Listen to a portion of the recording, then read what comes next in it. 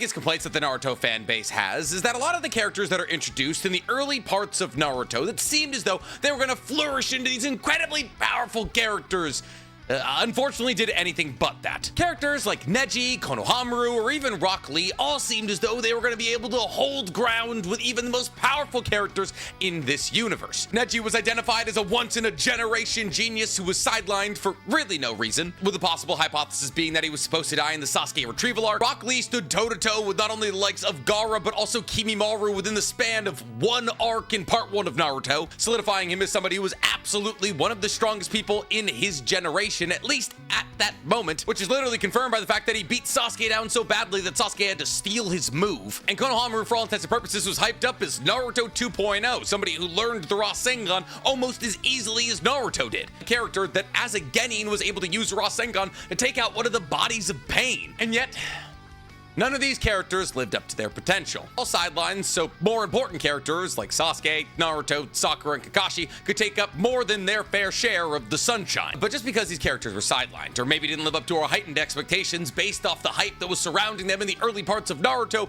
does that mean they're weak? Just because Konohamaru didn't end up turning into Naruto 2.0, does that mean he's weak? When Neji was using Vacuum Palm to repel tentacles from the Ten Tails, did that mean he was weak? Well, I would say no. Disappointing, maybe. Forgotten, maybe. But weak? Definitely not. However, Game Rant would like you to believe that they are, in fact, weak. And not even just weak.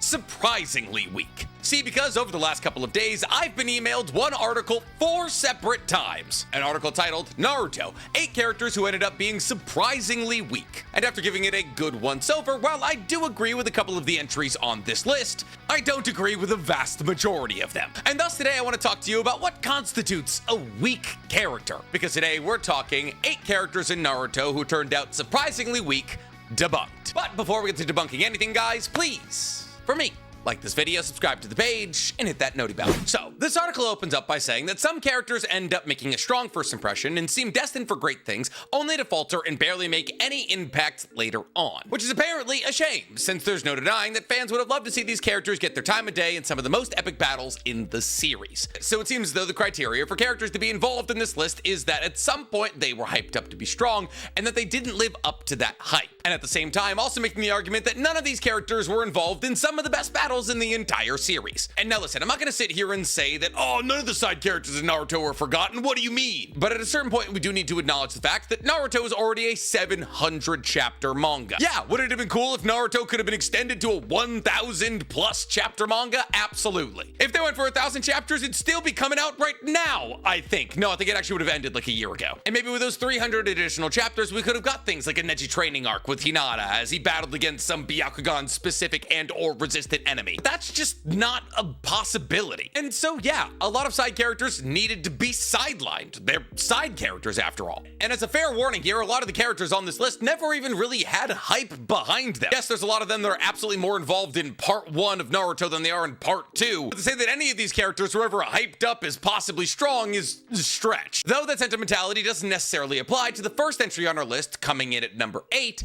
Shino. Now, what the article says about Shino is that Shino's downfall needs to be studied, especially since this character had numerous moments to shine before the time skip. He turns into an insecure character who's constantly questioning himself about getting older and doesn't play a major role in any battle. His biggest downgrade comes in Boruto, where he's a weak teacher who gets bested by Mitsuki in battle. It's the lowest he's ever been and makes him one of the weaker Naruto characters despite being so impressive early on. So basically, the qualm that I'm hearing here is that Shino isn't as powerful in the Boruto universe as he was in the Naruto universe, more specifically part 1 of Naruto. But let's explore that, because yes, people talk about the fact that Shino lost in combat to Mitsuki all the time. Listen, I'm not going to sit here and argue with you and say that Shino didn't play a bigger role in part 1 of Naruto than he did in Shippuden. Shino had critical battles and very impressive wins in part 1 of Naruto against people like Zaku and Kankura. In fact, it's widely agreed upon that the only reason that Shino wasn't put on the Sasuke retrieval arc team is because if he was, they would have got him back. And yeah, throughout the entirety of Naruto and Shippuden, Shino never loses a fight. Even though the only manga manga canon, an important fight that Shino gets involved in Shippuden is the battle against Tsunade. Shino's battle against an Edo Tensei Tsunade solidifies him as the greatest Aburame of all time. Except the fact that the Aburame are one of the 4 royal clans of Konoha and are so powerful that Danzo specifically picked them to be members of the root at a high level. That should tell you basically everything you need to know about a man who's able to reach to the top of that clan. So what happened in Boruto? Shino got insecure about his age. Shino has always been insecure. Outside of the fact that he's an Aburame member and therefore needs to cover up as much of his skin as possible because bugs like it when it's dark, which is also a thinly veiled way of talking about Shino being shy because he's constantly covering his face, his eyes, and all of his skin. Shino's entire bit in Naruto is that he gets talked over, that he's relegated to the side of the Konoha 12. So the fact that Shino's been able to step up as a teacher in Boruto actually speaks to a lot of growth in his personality. But we're talking about weakness here. So is Shino a truly weak teacher in Boruto? The answer is no.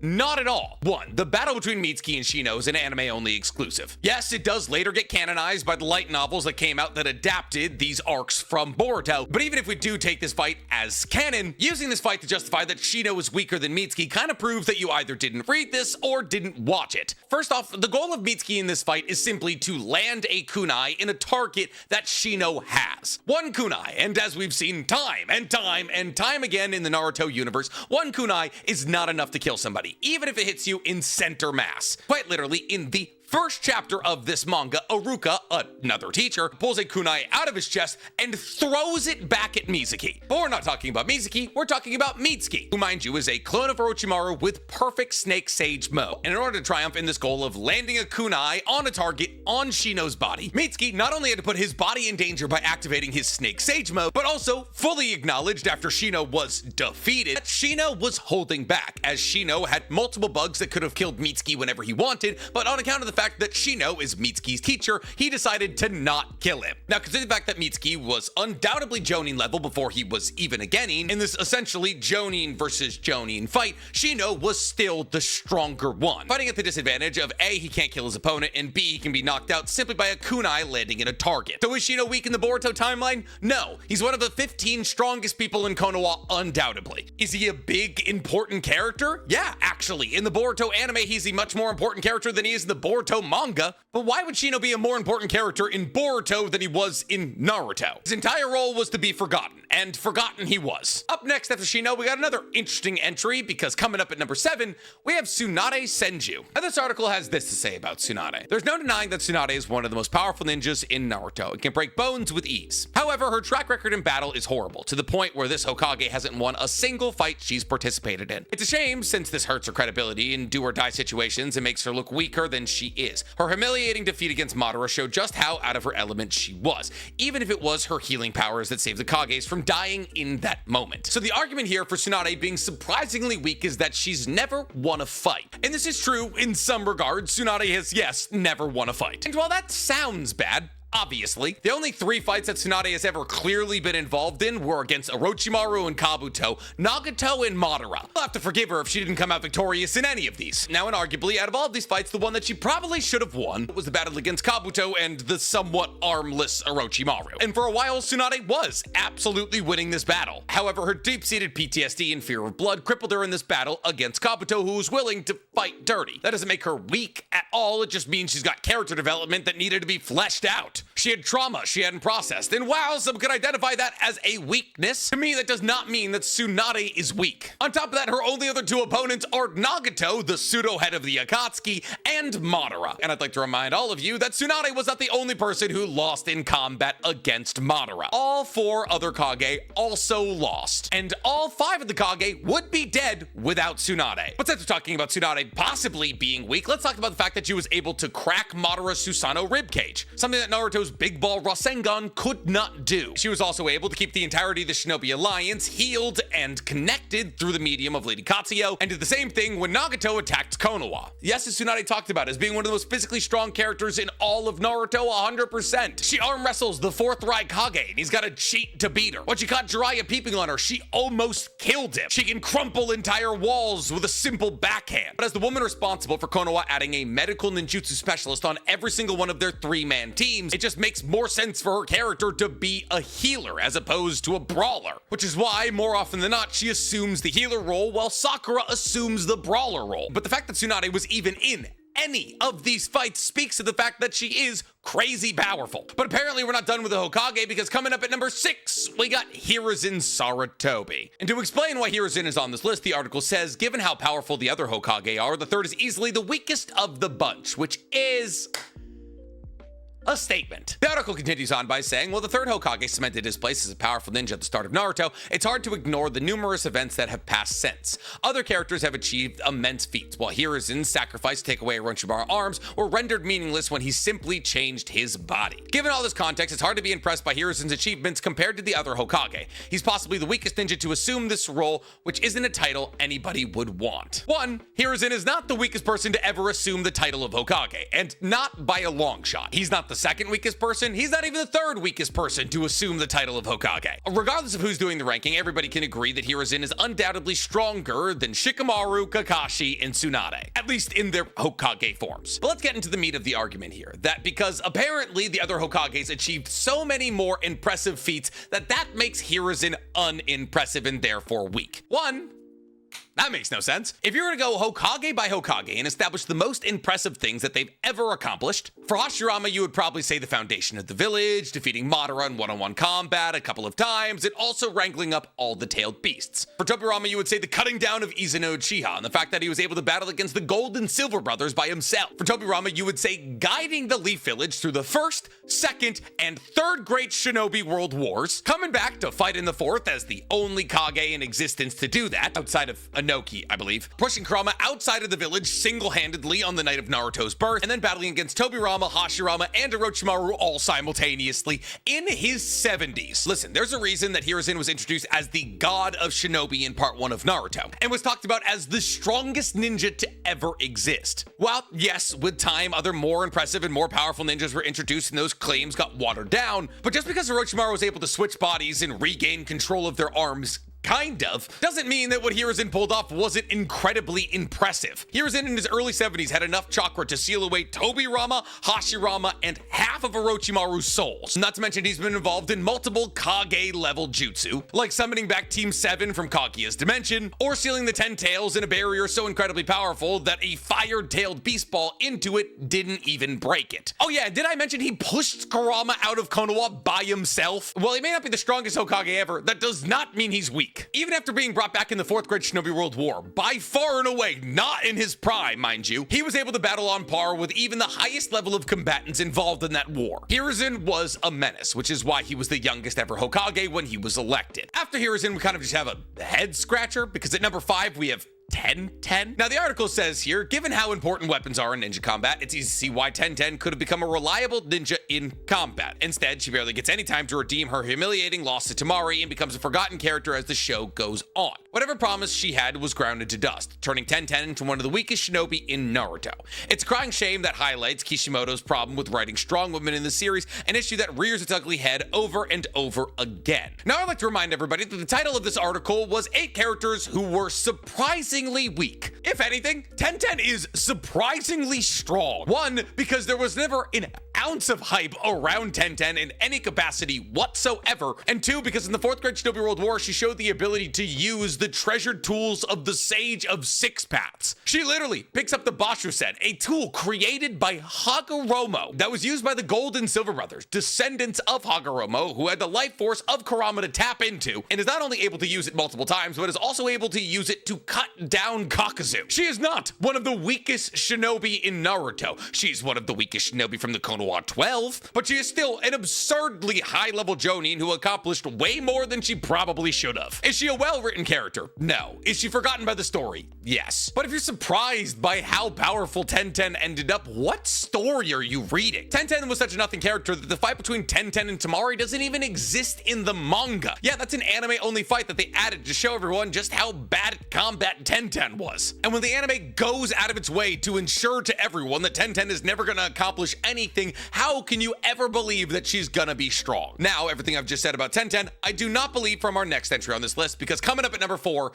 is Kurenai. Listen, I said I agreed with some of the entries on this list, And Kurenai is the one I agree with. The article states that Kurenai is a character who's built up as a masterful genjutsu user. However, her reputation suffers a crushing blow when she's outclassed by Itachi, who could have trapped her in a horrifying genjutsu had it not been for Kakashi's interference. As the story progresses, Kurenai is yet another character who's left behind as other ninja get their time to shine. Aside from expressing grief at Asuma's untimely death, this Jonin gets no screen time to display her skills, which is unfortunate given her potential. And like, yeah, unfortunately, they're right here. Listen, when Kurenai is introduced, she is introduced as the greatest genjutsu user in Konoha. And time again, especially in part 1 of Naruto, we see how crazy powerful genjutsu is. Whether it be knocking out an entire stadium of people, making you believe your bones are melting, or using a flute to control gigantic orc things, and also if you hear the flute, you get cast into genjutsu. Time and time again in part 1 of Naruto, genjutsu is introduced as legitimately the scariest jutsu you can run across. And Kurenai, whose design is sick and she's a leader of a team,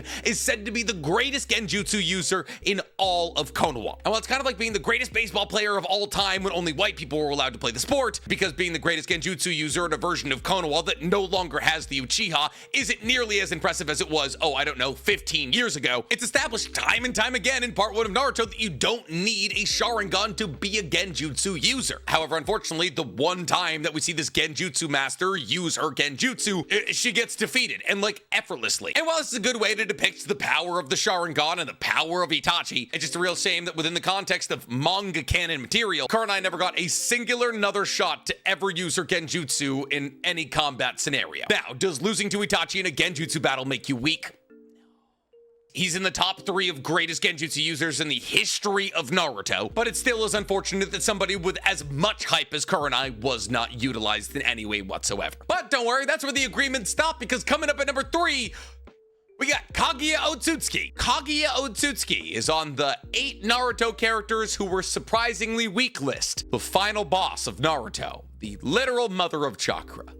The introduction to a god race. But Nick, you wonder, how could that possibly happen? Well, the article says one would expect Kaguya to be one of the strongest characters in Naruto, someone who could easily bend the world to her will. So to see her clash with Naruto and Sasuke just once before being sealed is rather disappointing. Sure, this dimension hopping battle is epic and makes her seem like a strong character, but the fact that she was distracted by amateurish attacks and then beaten down by Sakura as well isn't a great look. Ultimately, she existed only to introduce the Otsutsuki and to help Naruto's story continue after its natural conclusion, which is a decision that fans still hotly debate to this day. So our argument here is that Kaguya is weak because Kaguya lost at the end of her battle with Naruto and Sasuke. Also, Kaguya is weak because she got distracted by things like the reverse harem jutsu and was able to be hit by Sakura. So let's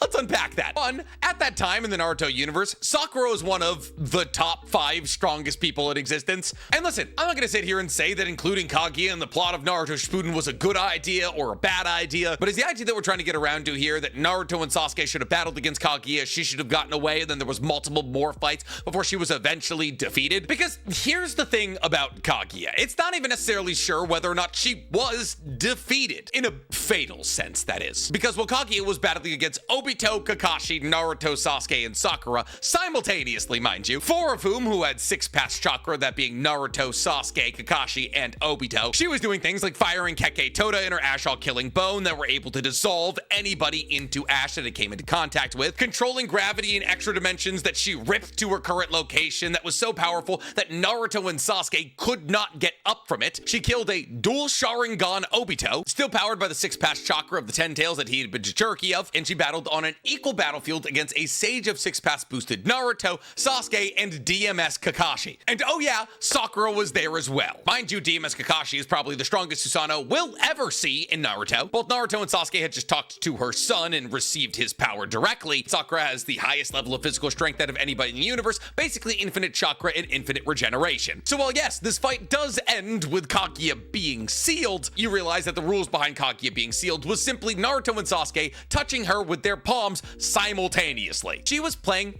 tag, against 5 of the strongest people in the universe. She was popping between dimensions, ripping other dimensions from their locations to her current location, firing Keke Toda like her Ashall killing bow and her expansive True Seeker orbs, all the while using her Rini Sharingan to control an infinite Tsukiyomi on a planet that she wasn't currently inhabiting, and using her Byakugan. Just because she didn't win, mind you, as the final antagonist of the story, does not mean she was weak in any regards whatsoever. When your only option to deal with a threat is to seal them by slapping them at the same time, and you're able to survive that process once, if not maybe twice, even though the process involves building a moon around you as the gravity source, I'm gonna go out on a limb and say you're pretty strong. And as for falling for amateurish attacks, yeah, she fell in love with a man 1,000 years ago. She has 2 kids. She's literally the progenitor of chakra on Earth. Of course, she has some attraction to men. But it only gets worse from here, because coming up at number 2, we got Sakura. You knew she was going to be on this list. The article states that Sakura has tried to prove time and time again that she doesn't need to rely on anybody in the series. The moment when she cuts her hair in the tuning exams and her enhanced power after the time skip show a glimpse of Sakura at her very best, casting her as somebody who can bring the fight to her opponents if the situation calls for it. Unfortunately, her reliance on Naruto, coupled with the numerous times she was outclassed in battle, doesn't exactly support that depiction. Her medical ninjutsu powers gave Kishimoto a convenient excuse to push her to the sideline, as other battle-focused shinobi played a major role during the 4th Great Shinobi World War. And listen, this is an argument that you hear all the time. Sakura became a healer. Sakura became Tsunade. And like, yeah, Sakura did take more of a role as a healer in Naruto, because every team in Konoha is supposed to have a medical ninjutsu specialist. A rule made by Hiruzen when he realized how much more efficient his ninja teams were getting with this enacted, because of Tsunade, the person who trained Sakura. So yes, is Sakura's main role in the 4th Great Shinobi World War to heal? 100%. Does that mean, therefore, by extension, that she's weak? No. Sakura goes toe-to-toe with the likes of Madara after activating her Rini Rebirth, and while it doesn't go well for her, she's still able to hang in that battle. On top of that, Sakura at the beginning of the 4th Great Shinobi World War is said to be on par with the likes of KCM1 Naruto and EMS Sasuke, which makes sense because both EMS and KCM1 are things that Naruto and Sasuke had to work for, and when it came to abilities that Team 7 had to work for, Sakura was always on par with the likes of Naruto and Sasuke. It's not until Sasuke gets a 6 Tomei Rinnegan and Naruto gets KCM2 and a Sage of 6 Pats amp that Naruto and Sasuke leave Sakura behind from a power scaling perspective. And the only reason they were able to do that is because Hagoromo chose them, based off some mumbo jumbo about them being reincarnations of his children. From a hard work perspective, Sakura achieved just as much, if not more, than Naruto and Sasuke, which is perfectly exemplified by the fact that not only does she land the final blow on Kaguya, but also because she was the only person battling against Kaguya without a 6 Pats amp. So you have to excuse her if she didn't seem like the strongest person in that fight. She was the only person who wasn't kind of cheating. On top of that, by the time that the Boruto timeline comes around, Sakura's even stronger, as she's able to go toe-to-toe with the likes of Shin Uchiha, who was undoubtedly stronger than Madara when he was alive. And considering the fact that in the beginning of Naruto, the most impressive thing that Sakura did was, yes, cut her hair, I wouldn't say that she's surprisingly weak. In fact, like with Tenten, I would say she turned out surprisingly strong. But if Kaguya's at number 3 and Sakura's at number 2, who could possibly be at number 1, you ask? Well, did you guess it's Ino Yamanaka? You didn't? Yeah, no, why would you? The article states that Ino's mind control powers are quite impressive and make her a character with a ton of potential. If she could possess opponents without losing control of her body, then she could become one of the trickiest shinobi to take on in battle. Instead, her powers are more passive and are used to relay information rather than dominating the minds of her opponents in battle. This prevents her from reaching her full potential and turns her into a weak character who can't rely on her mind-body switch technique in a solo fight. So basically what we're saying here is, man, wouldn't it be cool if Ino's mind-body switch technique allowed her to control people without switching into their mind? And it's like, yeah, you know, it would make the Mangekyo Sharingan really cool if when you used it, you didn't go blind. That's just how Yamanaka clan techniques work. You switch into the body of the person your mind transfer jutsuing into. But if you wanted to get even more granular with it, she actually does have access to a jutsu that allows her to control the bodies of people without switching into them. It's called mind disruption technique, and we see it first used by her father. And while mind disruption jutsu doesn't allow for Ino to switch into somebody's body, it does allow for her to put entire groups of people under a kind of hypnosis that makes them attack each other. But no Yamanaka is that powerful. They're inherently sensor ninjas. Probably the strongest Yamanaka we ever saw was Fu Yamanaka, whose most notable achievements were almost getting killed by Tsurune's bugs and Obito snapping his neck like a twig. At what point in the early parts of Naruto did you ever believe that Ino was gonna be powerful? Yamanakas are sensors and reconnaissance ninjas, and they are never painted as anything but that. No, you should not be surprised about them being weak, especially Ino, who, mind you, has actually accomplished a lot more in the Boruto timeline than really anybody anticipated that she would, as she is now not only the head of the Interrogation Corps, but also the Cypher Corps, making her singularly responsible for defending most of Konoha. So once again, surprisingly strong. And with that, that's 8 characters in Naruto who ended up surprisingly weak, I guess. But I'm curious to hear from you guys, people who have informed, intelligent opinions. Who are some characters in Naruto who you believe turned out surprisingly weak? Tell me in the comments below, and while you guys are down there, please, for me, like this video, subscribe to the page, and hit that noti bell. Like Kiba, say Kiba. He wanted to be the Hokage. He sells kibble now.